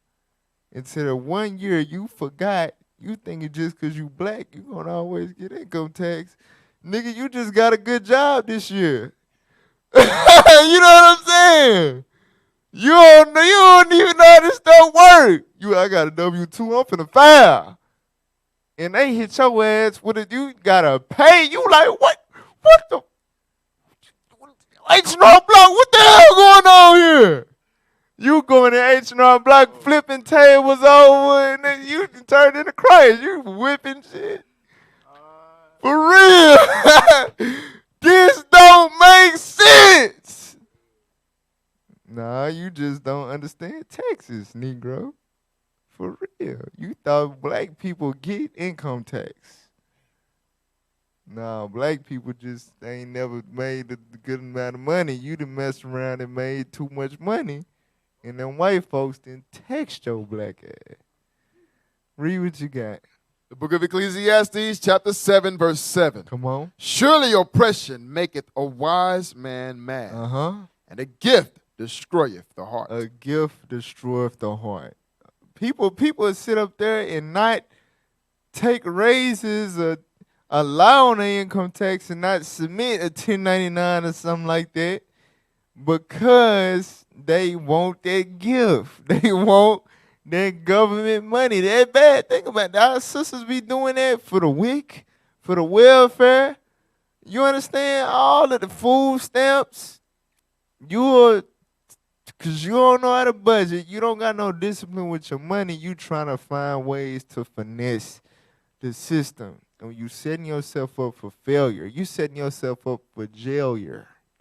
You understand? Be very mindful. All right? Stop relying on gifts, unpredictable sources of income. Don't do that. Budget outside of that. So if you do so happen to get a hefty income tax check or a hefty raise, it's cherry on top. You see what I'm saying? For real, that's how you want to set yourself up to be. Don't rely on that stuff. Let that be dessert. You know what I'm saying? Let that be a treat to you. All right? So from there, go back. Go read number 10. Number 10. I just don't have the discipline. Damn, son. Read. If you're still not convinced that budgeting is for you, here's a way to protect yourself from your own spending habits. Set up an automatic transfer from your checking account to a savings account you won't see at a different bank, scheduled to happen right after you get paid.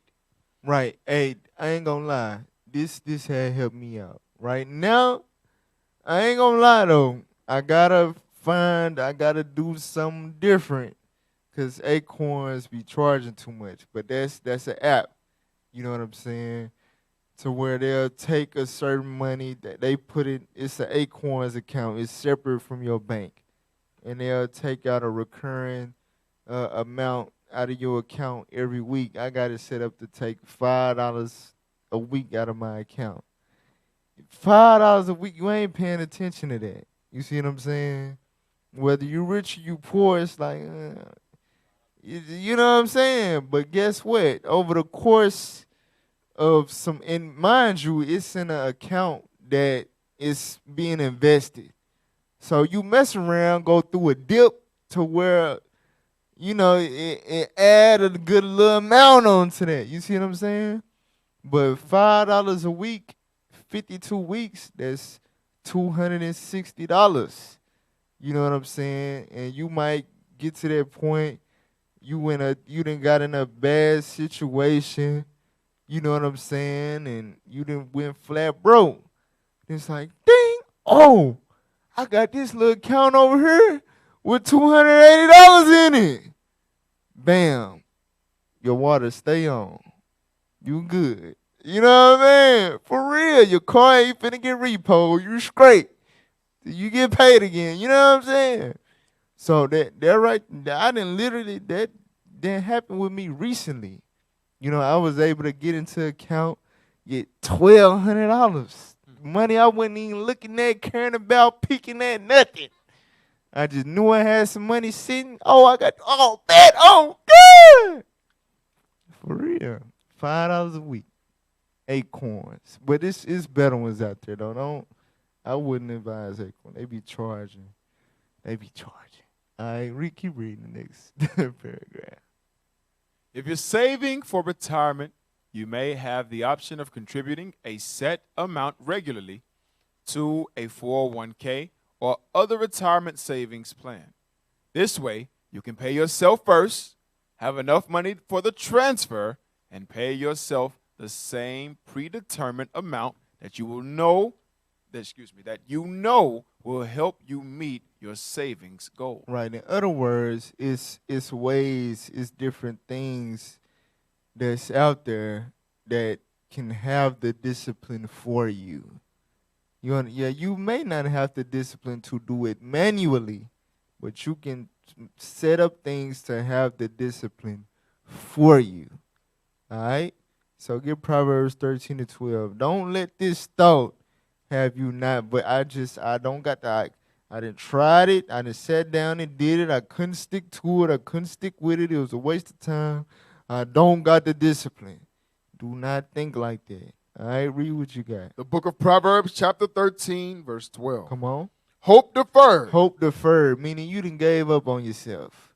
I can't do that budgeting stuff. It's not for me. What do it do? Maketh the heart sick. It make your mind sick. You done became a sick individual. You can't never keep your damn bills paid. You understand? It's some people that literally just can't. They just can't keep their rent paid out here.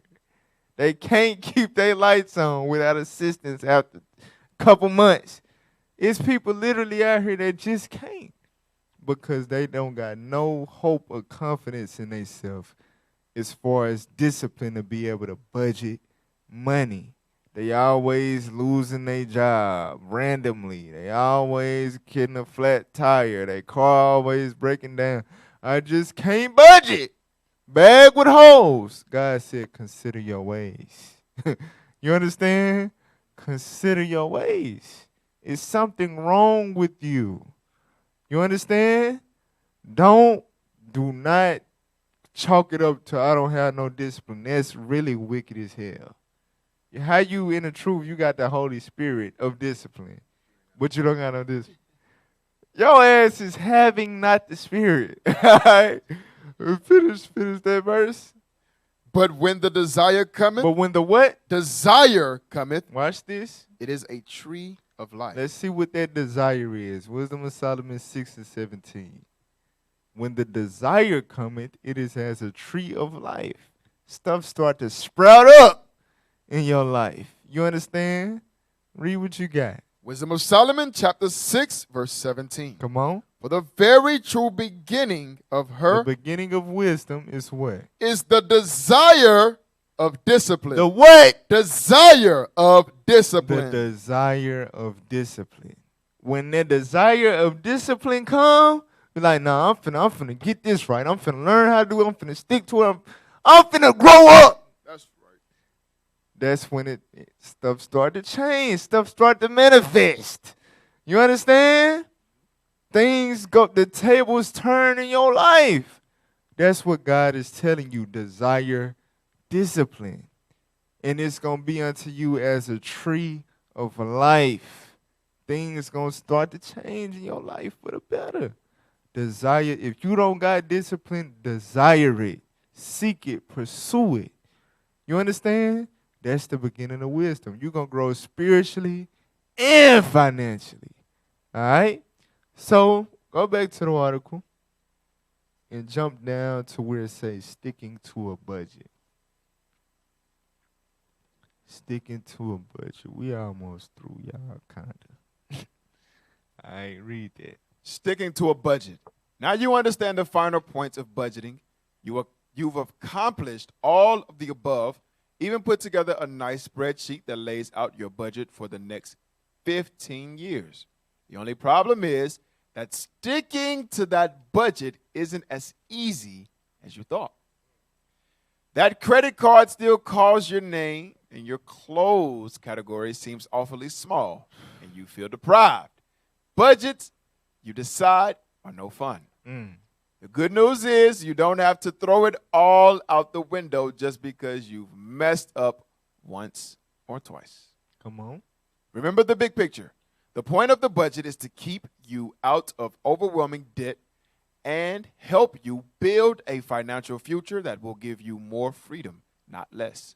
So think about how you want your future to be, and remember that keeping to your budget will help you get there. Adding to your debt load, on the other hand, will mean that your future could be even tighter. All right. So think about how you want your future to be, and remember that keeping to your budget will help you get there. All right, Sirach 11 and 20. Sirach 11 and 20. This is one of my biggest problems and a lot of our biggest problems. Sticking to that budget. We'll figure it out. We'll do the calculations. We'll do good for a couple of months and fall off. That's, we got to apply the scriptures. Read what you got. Sirach chapter 11, verse 20. Come on. Be steadfast in thy covenant. Be steadfast in your covenant. To be steadfast meaning you're standing fast. You're not moving. You're not altering. You understand? You are steadfast in your covenant, meaning what you said you was going to do. What you said you was going to stick to. Read. And wax old in thy work. Read. Marvel not at the works So of no. It said, and be conversant therein.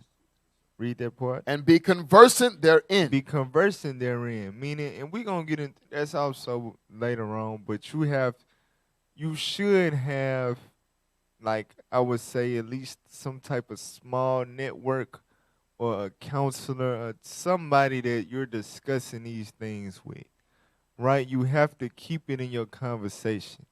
Same thing with the commandments. Same thing with the scriptures. If you're not speaking often one to another and stuff like that concerning the scriptures, the zeal to study is going to leave. Challenging yourself to study more is going to leave. You're going to start to slack off. The less you talk with others about the scriptures, the less likely you are to keep that zeal to study and learn more. But when you constantly talking to brothers about the scriptures, different priests, man, you see, look at this precept right here. You're like, damn, this brother reading and finding precept, man, I got to get on my shit. You travel, you get around leadership, they bringing stuff out that you thought you knew, and they didn't brought down on a whole nother level. You like, man, I got to step it up. You see what I'm saying? Same thing with the budgeting, right? You got to network and discuss things with certain people. Now, they're not the whole world, you understand, but at least one or two people that keep you on point, ask you, how you doing? Hey, what you met your goal this month? You know what I'm saying? That's God's advice. Be steadfast in your covenant. Be conversant therein. And what else? And wax old in thy work. Wax old in your work. Don't be that brother that always quitting. Nah, I got to try something new. That ain't working for me. And to young people, we do this all the time. We got to cut that out. You going to do something, do it. Stick to it.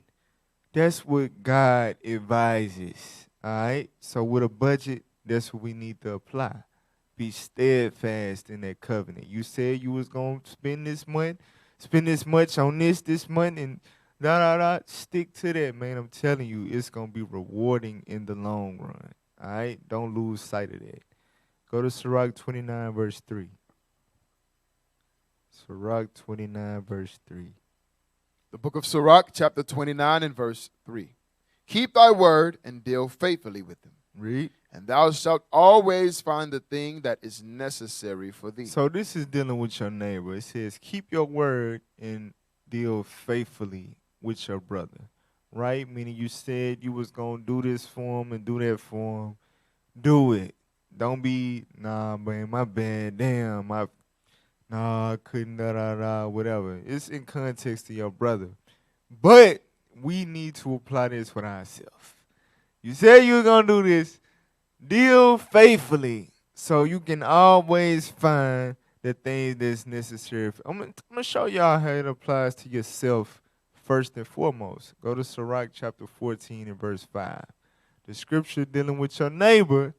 How can you apply this to your neighbor if you're not applying it with yourself? Read that. Sirach chapter 14, verse 5. Come on. He that is evil to himself, Read. to whom will he be good? So how you going to keep your word and deal faithfully with somebody else? If you can't keep your word on your own damn budget, you can't deal faithfully with your own finances. How you going to deal faithfully with your brother? It's not going to happen. You're not going to find a thing that's necessary for you. You understand? So we got to practice keeping our word and dealing faithfully with our own damn self. And then we can be like that with our brothers. A lot of brothers are not like that with their brother because they not like that with they self.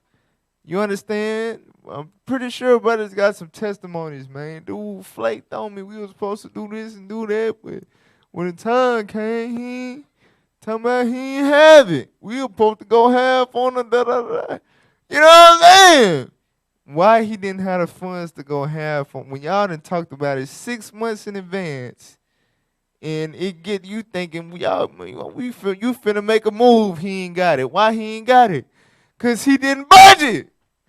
He didn't deal faithfully with his own finances, man. For real. If he evil to himself, how he gonna do good to you? How he gonna deal faithfully with you? All right? We gotta apply these things. We gotta live by every word of God in every aspect of our life. All right? Go back to the article. Read that. Remove the options. Remove the options that allow you to cheat on your budget. Come on. Make it more difficult on yourself to make impulse purchases. In other words, set up barriers so you have time to stop and think, is this purchase necessary? Take yourself off retailer email list. Come on. Remove your stored payment information on your favorite online shops so you can't just click to order. Go to Sirach 37:26. This is one of my favorite scriptures in the Bible. I pull it in about 75% of my classes. Why? Because it is that important to apply in many different aspects of life. You have to know your vice. You understand? You have to know it.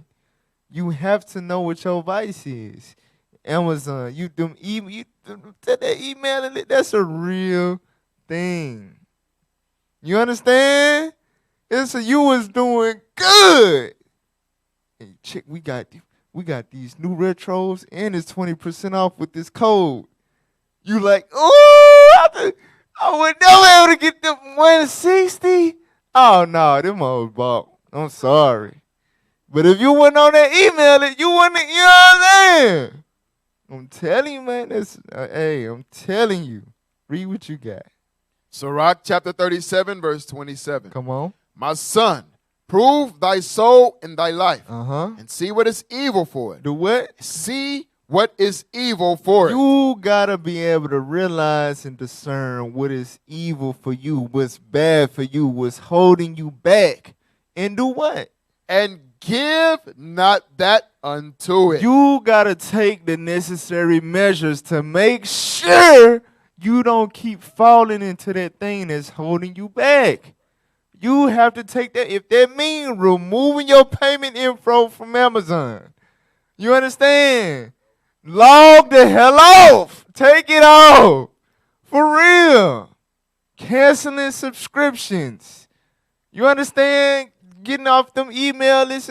If that's what you got to do to stop making these purchases that's ruining being able to stick to a budget, that's what you got to do, man.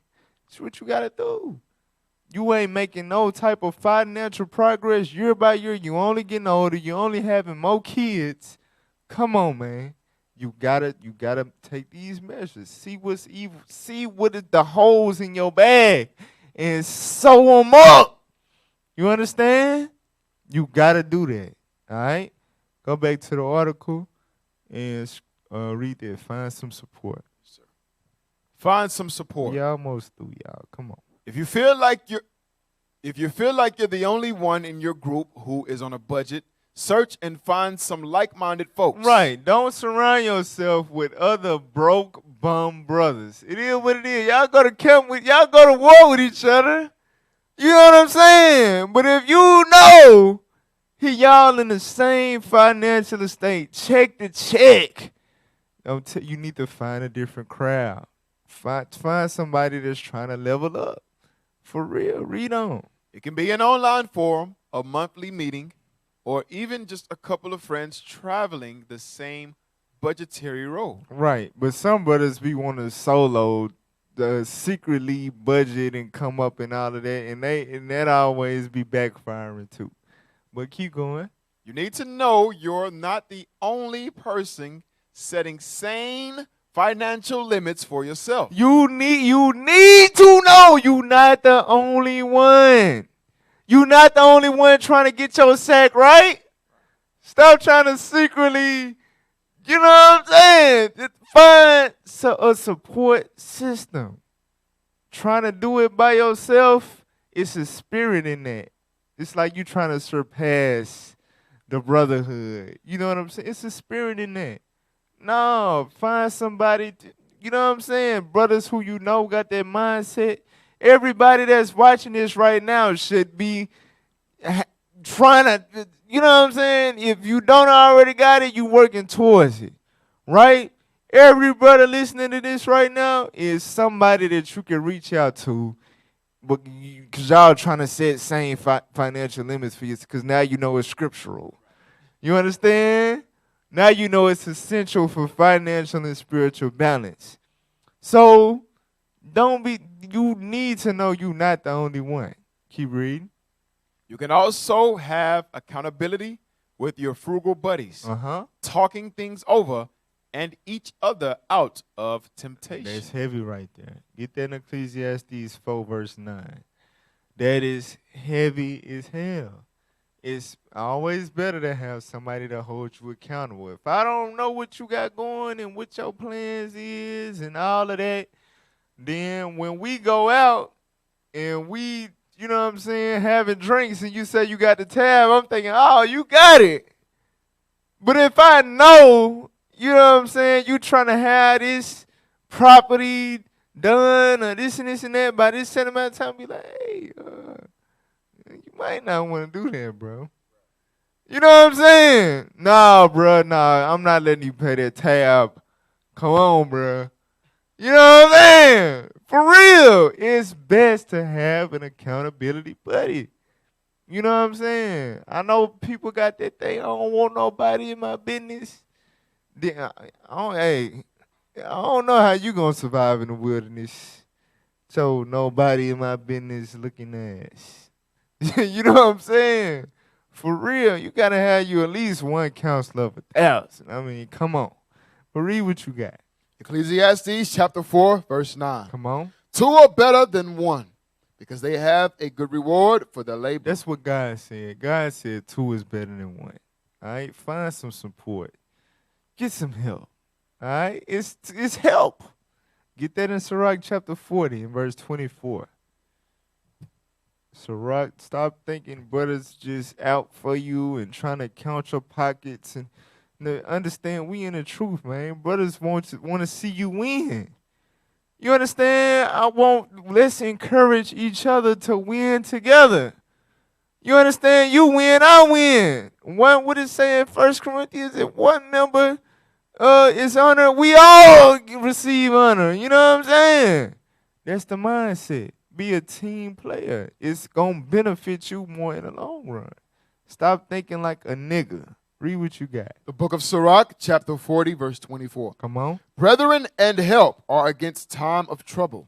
Read that again. Brethren and help are against time of trouble. Brethren and help, meaning what? A support system is against time of trouble.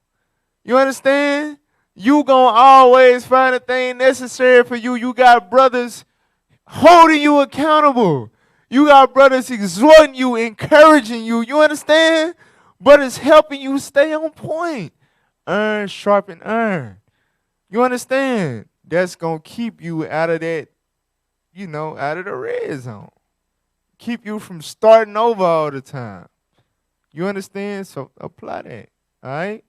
Go back to the article. Jump down to ways to budget when broke. And we're going to end with this list right here. I read that. Ways to budget when you're broke. Budgeting strategies sound fine, but if you're in dire straits financially or suffering from mounting bills and a lack of funds, there are some other possible steps to take. Right. So you may not be in a position where you can budget to save or invest. right? You got a budget because your ass, you just constantly in a hole. You know, your ass broke. All right, so there, believe it or not, it's ways to budget when you broke. All right, read what you got. Don't be afraid. Excuse me.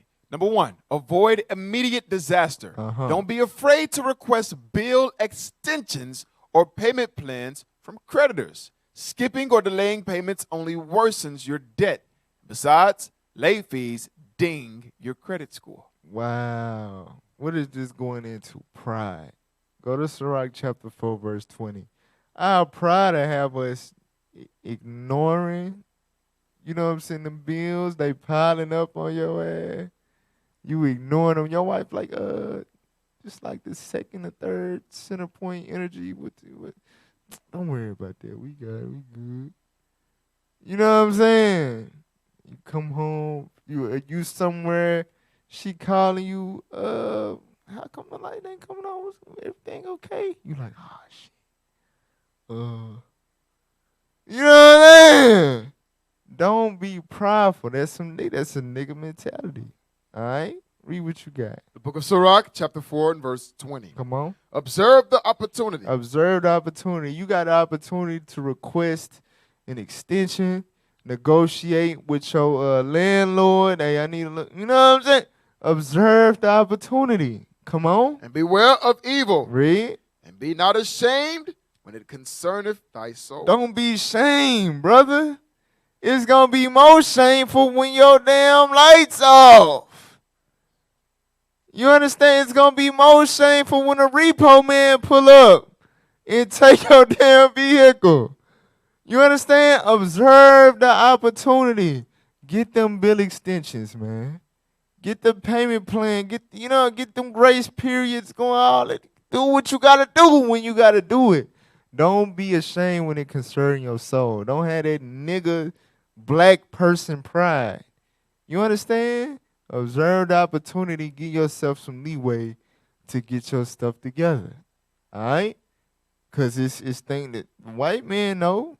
No, the white man use every little thing he can. Because he set the system up for himself. We got to learn these things. All right? Go back to the article. Read number 2. Number 2. We're going to fly through these. Prioritize bills. And we pretty much already covered that. You can scroll down. Number 3. Number 3, ignore the 10% savings rule. You can scroll down. Read number 4. Number 4, review spending. Review spending. That's a good one. All right? Make sure you go through your bank account. If you use a card, then you should have an app to show all of your withdrawals and deposits and etc. Right? Yeah. So it's easy. If you use cash, put it in writing. Keep your receipts, things of that nature. Keep track of what you spent your money on. All right? Read number 4, the paragraph. To fix your finances, you need to get a handle on your outlay first. Online banking and online budgeting software can help you categorize spending so you can make adjustments. A good app for that is Mint. M-I-N-T. Download that app. All right, go ahead. Many people find that just by looking at aggregate figures for discretionary expenses, they are spurred to change their patterns and reduce excessive spending. All right, read number 5. Number 5, eliminate unnecessary expenses. That's a given. All right, scroll down. Number 6. Number 6, negotiate credit card interest rates. All right, that's a good one. Now you might have to consult with an expert. You understand? And we willy-nilly trying to do a little research so you can properly learn how to talk to these white folks to get these interest rates down and things of that nature. All right, but that's a good thing. That is a great thing to do when you broke. All right, scroll down. Number 7. Number 7, keep a budget journal. Put all things in writing. We covered that. Scroll down. Number 8. Number 8, seek new income. Read. For the time being, saving and investing money is out. Right, you broke. Come on. But consider ways to increase earnings. But consider ways to increase earnings. Come on. Working overtime, getting a second job, or picking up some freelance work. In other words, get off your ass. You got to make something happen. Right. All right. Get Sirach 11 real quick. Sirach 11 and 21. Sirach chapter 11 and verse 21. The book of Sirach, chapter 11, verse 21. Come on. Marvel not at the works of sinners, but trust in the Lord, and abide in thy labor. Do what? Abide in thy labor. Abide in thy labor. Come on. For it is an easy thing in the sight of the Lord on the sudden to make a poor man rich. You never know when you'll come up. You understand? For real, you might get you a little gig and might learn a new trade and bump into somebody or meet somebody that can put you on something like an American Dream program. Or, you know what I'm saying? Link you up with this person and put you in a whole new tax bracket, whole new situation. You never know. It's easy for the Lord to switch your whole life up. It's an easy thing for the Lord to do that. But it's not going to happen with you sitting on your ass. Abide in your labor. All right, jump up to verse 12. Verse 12. Again, there is another that is slow and have need of help. You have need of help, Dave. There's a lot of us. Come on. Wanting ability. You lack ability. You lack skills. Come on. And full of poverty. You broke. Read. Yet the eye of the Lord looked upon him for good and set him up from his low estate. Read. And lifted up his head from misery, so that many that saw it marveled at him. Right. Why did the Lord do that? Because he abided in his labor. You understand? He did what he was supposed to do. He stayed faithful, and the Lord rewarded his faith. All right? So if you broke, it don't mean you're going to be broke forever. Don't sulk in your brokenness. Find other things. Challenge yourself to earn more and stay faithful. All right, and the Lord gonna look out for you. Believe that. Go back to the article and read that last sentence. A budget isn't. Yes, sir. A budget isn't a prison cell to keep you away from your money. Rather, it's a tool you use to make sure your future is better. And yes, richer than your present. All right, so why not use it? Come on now. Why not use it? You understand? It is a biblical principle. All right? So, Lord's willing, you brothers got edified. Y'all learned some stuff that y'all are going to apply to create a better, a stronger financial and spiritual balance in your life. All right? Don't be the brother. You want to do this. You want to do the work and all that, but you're never able to because you broke and you don't know how to budget. You understand? These are things, resources that are applicable to your life. All you got to do is apply, desire discipline, and you will enable yourself to grow and do more spiritually in terms of serving the Lord. All right? So we must apply these things to our life. All right? So with that, shalom. Shalom. We used to scream black power while heroin was pushed. But at the end of the day, nothing's in vain. IUIC has been given a vision. The tents of Judah has risen. Many has attempted the mission. Minor murmuring, omitting, and missing the mark. Just reading that he had the flame of fire in his eyes gave us the spark. We on Paul's mission. We out on the road, purple and gold. From Mexico, Cuba, Haiti, Ghana, Sierra Leone, 144,000 boots banging, concrete crackling. These are our men repented at heart. The scriptures is proof. IUIC, we deliver the truth.